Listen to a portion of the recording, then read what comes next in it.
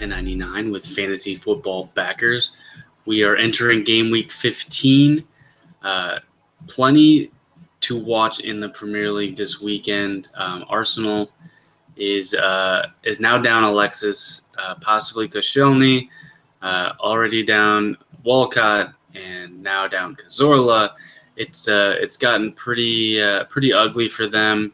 But the title chase is still interesting, and the top four will definitely be more interesting this year, I think, with Leicester and Tottenham looking like they've got a chance to keep this up all year round. So I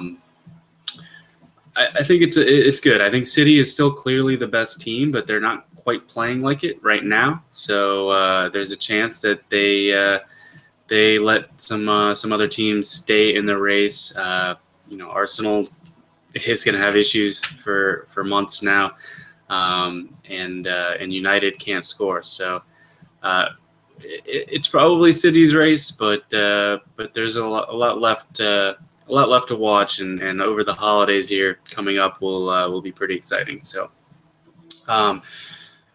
speaking of holidays, Thanksgiving was last week here in the States, so I was unable to get a reliable internet connection to do the video last week. So apologies if you rely on that for your teams. Hopefully the article stood up instead. This week the article is posted. We've got Ben Dinnery, which should be going up soon, and Martin Wildcat 77's article as well. A lot of it a little bit late this week. But it will be up on Friday in time for you to make your team. So for my part, I am going to go game by game with some of the options that I'm looking at for each. And then I've got my article by position that narrows it down a little bit, at least from my perspective. So I'm going to skip the early match. Just doesn't seem like many sites are using that match. This week, I'm actually not going to discuss the Sunday or Monday matches either. This shapes out as a Saturday 3 p.m. start, with the one late game being Chelsea-Bournemouth. And that's going to be where the vast majority of players are going to be spending their money, and that's where all the large prizes are. So, I'm gonna focus on that today and keep this relatively short. So we'll start with Arsenal-Sunderland. As I mentioned, Arsenal are now they're just a skeleton crew running out there. Koscielny is very likely to miss out. I think Ben Dinnery has him listed as a late fitness test. I've seen him listed as doubtful otherwise.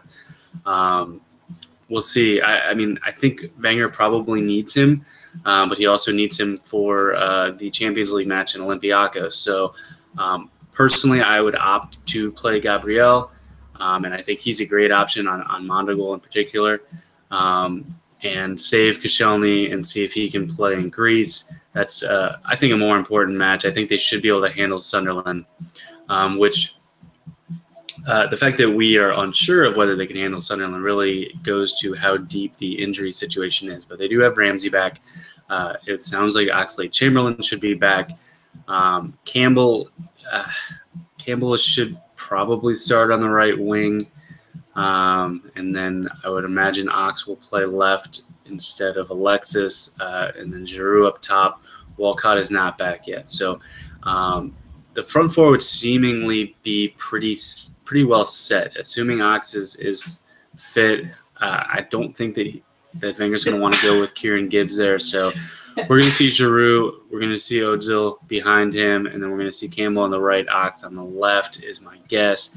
All four of those are viable players against Sunderland.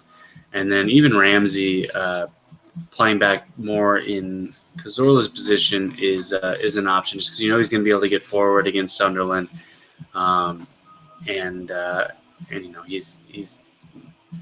He's certainly a better player than Campbell. So defensively, as I mentioned, I really like Gabriel. If he starts, Monreal and Bellerin are good plays. Monreal in particular has just been outstanding all season, and on both Mondogoal and Draftkings, his defensive contributions really help stabilize his floor. So if he can chase a clean sheet here, and then maybe get more involved in the attack, seeing as Sunderland gives up the most crosses in the league from the left, and Monreal maybe asked to do a little bit more getting forward due to some of the personnel issues that they have. So Czech also is going to be a very popular option. I'm just, Sunderland has won a couple matches in a row here. I don't think it's because they are a good team. Sometimes random things happen. Arsenal are clearly down a bit and are not nearly as favored in this match as they would have been. But I think they're going to be able to pull it together here and win that match. And I would think that there's going to be some price breaks. Campbell at 5.2, Ox at 6 are really, really strong options. I actually did not mention those in my article, which is an oversight. But I can only list so many players. But I would look at those 2 players in particular if they're starting. Ox is probably the better player and the better fantasy player, but Campbell's been in some good spots, and it looks like he's starting to adjust to the Premier League a bit. As for Sunderland, this is more of a note as to Big Sam's style of play really made Cresswell and Jenkinson powerhouses last year, and we're starting to see that a little bit with Van Aanholt and Billy Jones. Van Aanholt has been playing kind of a wingback role, and has been getting involved in the attack, and he's still doing some of his work on defense as well. I don't think Arsenal is probably a great spot for him necessarily, particularly because he's up to 7.9 million on Mondogoal. But one to keep in mind when they have some more favorable fixtures down the line. Moving on. United and West Ham. I read a long article today about United by Messi Second. So if you ever see him, he's got some YouTube clips as well that are great, and he's very good at explaining some of the more advanced statistical analysis of football. And he was looking at United, and essentially that Van Gaal has pretty much killed his entire attack. They have the components to have a very effective attack.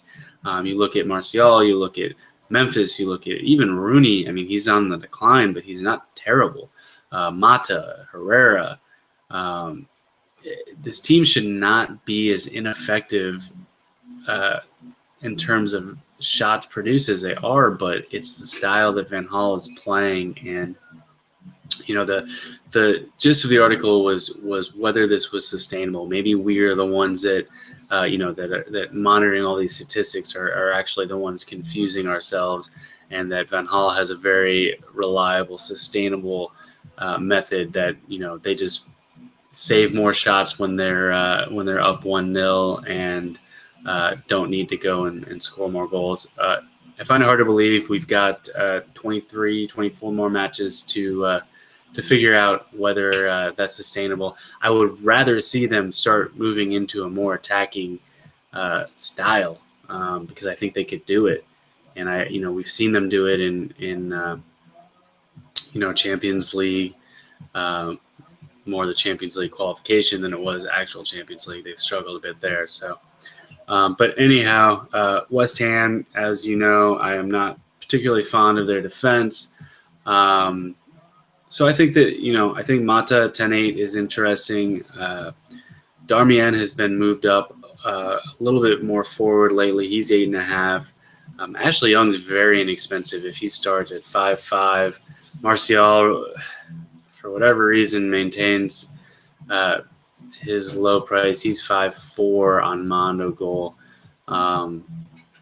I think Martial is an interesting play. He's been playing left wing more, and then Rooney's been kind of the striker, and they'll interchange. Well, they don't interchange, but Martial will come up top sometimes, and Memphis will come out on the left.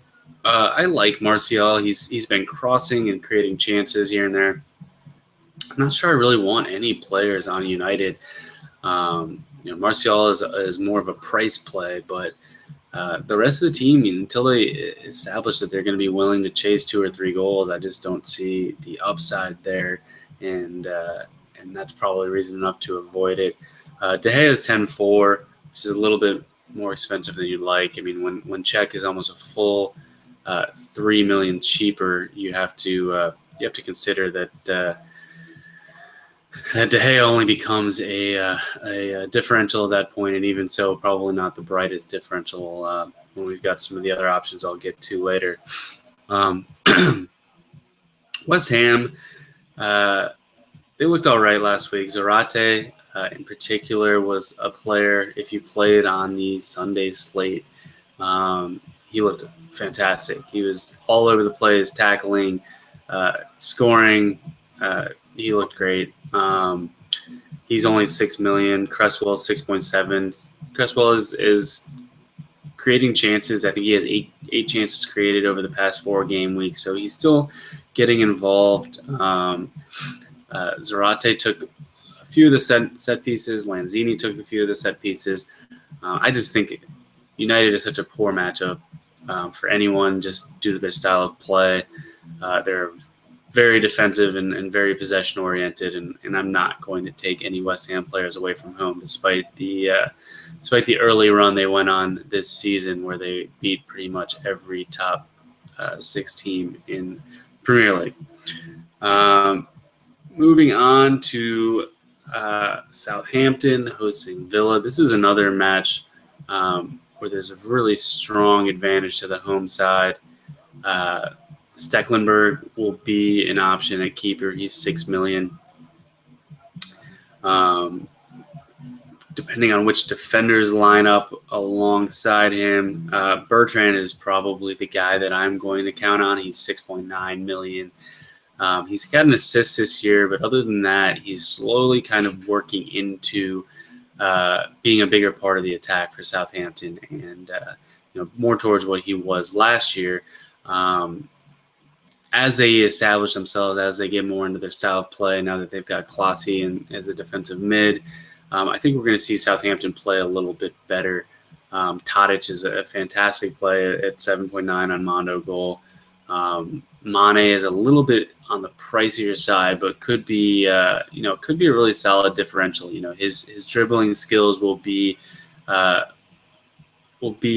little bit too difficult for Villa to contend with. So I think Mane could be a really solid tournament play. And then Pella at $8 million. He missed out last week due to yellow card accumulation. He came back in midweek for Capital One Cup, but not the strongest performance from Southampton there, as they just got slaughtered by Liverpool, who couldn't miss a shot, which is a very rare thing to say in football. I think almost all those players are really strong plays, and ones that I will be making room for in my teams. If you're choosing between Tadic and Mane, obviously the price difference there is pretty substantial. Pella, I really do like. I think there's going to be a high amount of crosses coming in towards him, and he's been great at getting in position to score.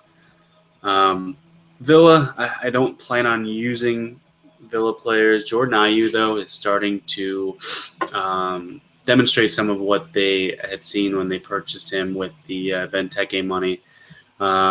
Richardson is another option solely because of his price at just $4.1 million. He's been getting forward almost to the detriment of Hutton, who hasn't been quite as effective the past 2 matches. Richardson has been taking up some of that responsibility and replacing Jordan Amavi there. Next match is Swansea with the other Ayew, who I think is actually a phenomenal play this week. You look at his game log, and he's kind of been up and down. He's been scoring, as the season's gone on, and I think that Leicester is going to be a pretty wide open match Leicester is, very willing to give the ball up, as they've established that that's okay. It's an okay strategy for them, and they're able to recover from it. But Shelby will be back. John Joe, our friend Martin's favorite player. He also had yellow card accumulation, but he will be back for this match. Kyle Naughton at defense is a strong option, and then one player I'm considering is Gylfi Sigurdsson. I feel like he is slowly coming back into form. I don't know if he's reliable enough though at this point to really consider, but somebody to at least kick the tires on and see if it's somebody that you might want to use as a differential in any tournaments. I think Leicester will score as well. Vardy is still in great form. Now that he's set the record, that takes some of the pressure off of it, and maybe he's not going to get force-fed the ball. Mahrez may get his penalty duty back, which would be huge for Mahrez. And Mahrez may be more of the player that I'm looking at here at 11.4 million in the midfield. Albrighton $6 million, and if you are willing to gamble on the Leicester defense, Simpson at 5.7 is starting to become a little bit more involved in attack, and the lot is going to definitely miss out. 3 games remaining. The least interesting of the 3 is probably going to be Watford against Norwich. Though if you are an Igalo supporter, this is another great spot for him. He's just gotten far too expensive for my taste. That said, he's probably cost me a fair bit of money by not chasing him this season. So, at 10.4 million, he's got a score. Deeney is already up to 9.3 million. So neither of those you're getting much of a price break on. When you look at a guy like Olivier Giroud at 8.3 or Pella at 8, even. For me, I think I'm probably going to lean towards those guys against inferior opponents for cheaper prices. But again, Igalo's burned me quite a bit this year, so maybe don't listen to me on that if you're a fan.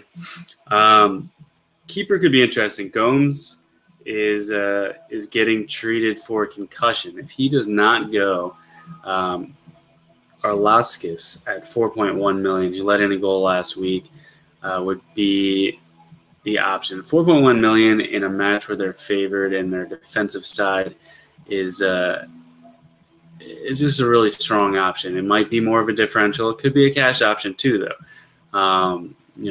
Czech is pretty solid at 7.5. Stecklenburg is very solid at 6. So do you really need the money to drop down? Possibly. It depends on if you want to go get Ozil and pay up for the Vardys and Igalos of the world. Another option is to chase some of the Watford defenders. You've got Ake at 5.7. You've got Neom at 6.4. You've got Cathcart at 6.9. And then it sounds like Paredes may play up. I believe I saw that predicted in one of the lineups out there on the internet. He's only 4.7. If he plays up and has clean sheet possibilities as being listed as a defender, he has shades of Jeffrey Schlupp from last year, and we are suckers for that strategy to play a defender that's playing up. I'm not going to play any Norwich players. I don't really know what they're doing. I don't know what kind of team they are. I don't think they do either, and I think that's become a problem. I'd like to say I would take Redmond, but I don't think this is a great spot for him, and I can't even count on him to start, let alone play 90. So let's go to the Hawthorns. West Brom hosting the Spurs. Spurs have looked really strong in the early going this season. West Brom, not so much. This is a type of match where I think the Spurs could break them down, but could struggle in the final third. just because I don't know that they have the creativity really. Kane has established that he's a star. The regression from last year came in a little bit, but since then he's recovered, and he had a hat trick, and he's scoring goals. Not at the same pace, but he's still scoring goals at a really strong pace, and you have to respect what he's doing out there. At 12.7 million, I'm probably not taking him away at the Hawthorns. Eriksson, though, on the other hand, at 10.6 is a little more interesting. He's going to have set piece duty. You have to figure that the Spurs will have a good portion of possession, so Eriksson becomes interesting there. Son at 8.5, he's got the ability to kind of slither around and get some shots off. He's not shy by any means. Lloris 8.2, and then Dele Alli. I've liked Ali. I've taken him a few times this season, kind of anticipating that he was starting to get his sea legs in the Premier League. I do think that his price at 6.8 is still reasonable. I think that his popularity, due to getting the call up to England and all of the articles that were all of a sudden written about him, may make him less attractive to me. At the end of the day, he is a defensive midfielder.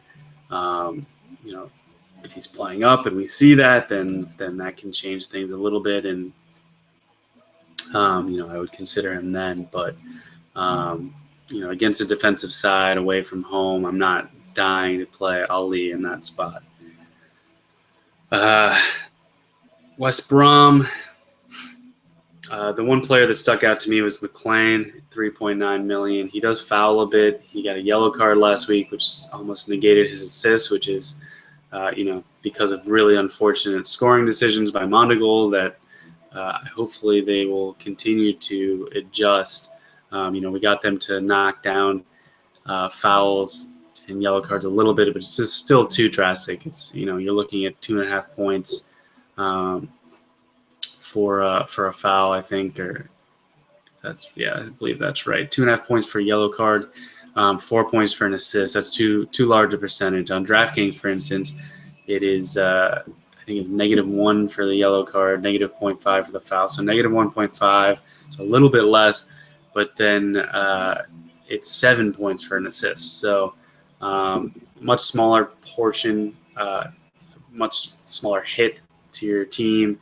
I'd like to see Mondogoal change that. Among the other things that we went through on the forum, which was great. Thank you very much to all those that contributed. And if you haven't, go look at our forum and look at the thread on Mondogoal. I think it's got some really positive feedback that they can take, and now it's just a matter of execution.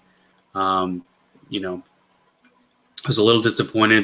They teased something on Twitter and as a new feature, and the new feature ended up being the ability to name your lineups, which I don't think benefits anybody. It seems like they should have been using that time to devote to some of the other issues that we had brought up. But I'm sure that they have their schedule, and that's how it is. But that was mildly disappointing. If you're going to do that, that's fine, but I don't need you to tease that on Twitter and get me excited about a potential feature. Moving on to the last match, Chelsea hosting Bournemouth. This really could go any number of ways. We saw Chelsea play a very organized defensive match against the Spurs at White Hart Lane, and they were pretty content to take a draw out of there. Mourinho was so proud of them that this is the best Chelsea match they had played all year, which is not really saying a whole lot considering their form. Also not saying a whole lot considering they had one shot on target. Outside of the scoreline, not allowing a goal, hard to say that Chelsea was particularly impressive in that match, which the first 45 minutes were entertaining, pretty up and down action, and then it more or less shut down at half, and and was like watching paint dry, and Mourinho does enjoy that. So they'll be looking ahead to their Champions League match. Also at the Bridge, they've got Porto coming, Mourinho's former club, in a sort of a winner-go-home Champions League match. Chelsea could still get in if they lost and Kiev lost, or if they draw. But Porto needs to win. Chelsea would be content with the draw, and you have to think Mourinho, of all managers, that's just music to his ears that he can take a draw and move on, and he's happy to play like that in this sort of format. As for Chelsea against Bournemouth, I do think that there are going to be goals. I would imagine the majority of them will come on the Chelsea side. I could see a 3-1, 2-1. I don't know if I can count on Chelsea for 3 goals. Maybe 2-1 type match where Chelsea goes up 2 and gives one up late. I like Hazard this week.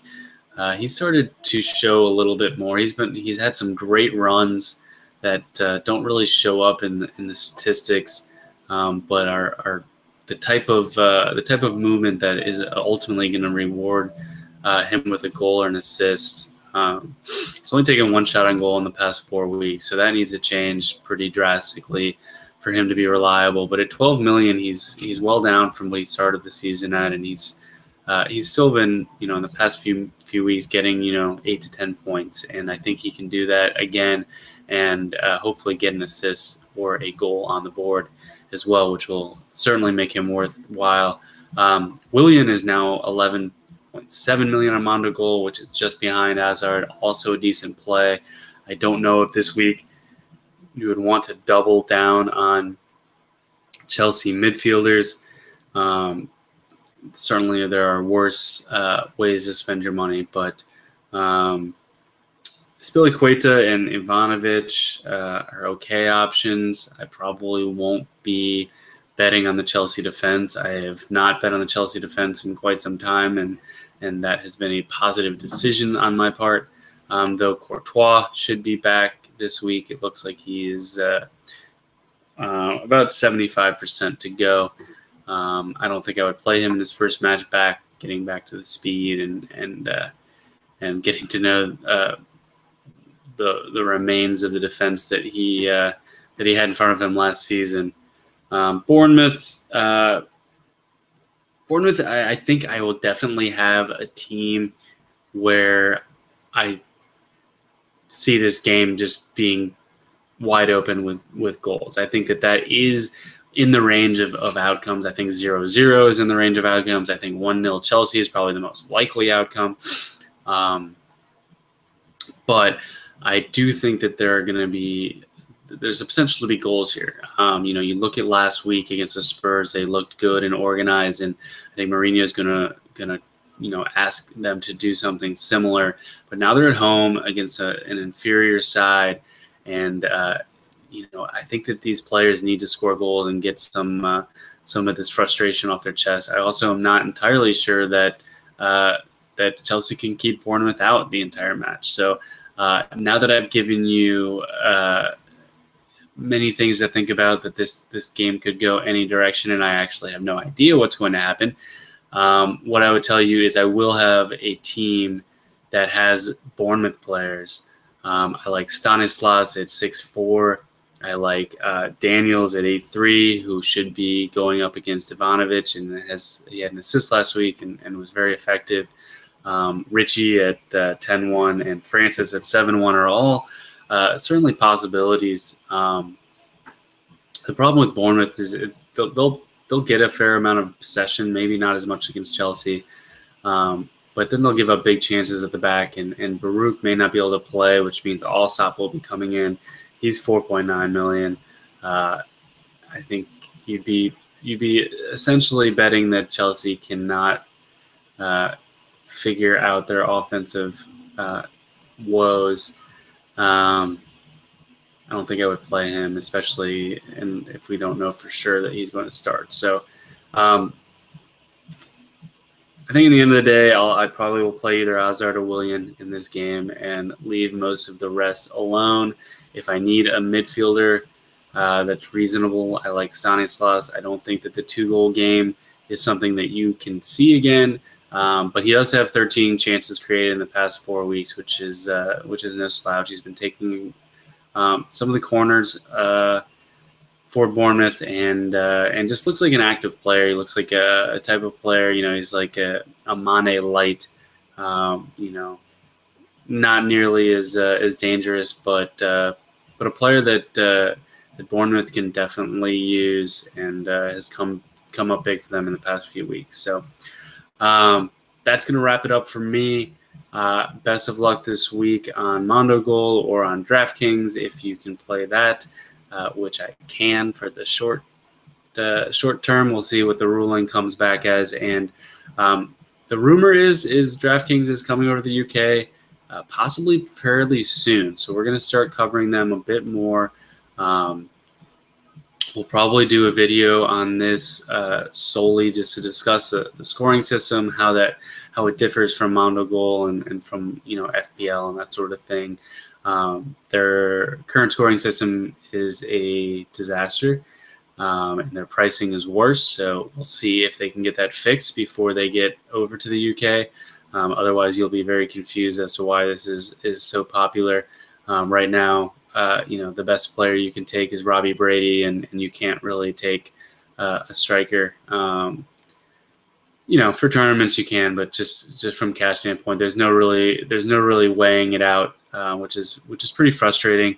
I think the team that you put together on Mondogoal and with the pricing on Mondogoal is just a lot more intuitive and a lot more fair. Over time, I think DraftKings will sort that out, though. So till then, best of luck this week. We've got Ben Dinnery's article and Martin's article coming up here soon. If you have any questions, let us know on Twitter and check out our forums. Drop a line on Mondogoal if you get a chance. This is Devo1099 signing off for Fantasy Football Backers.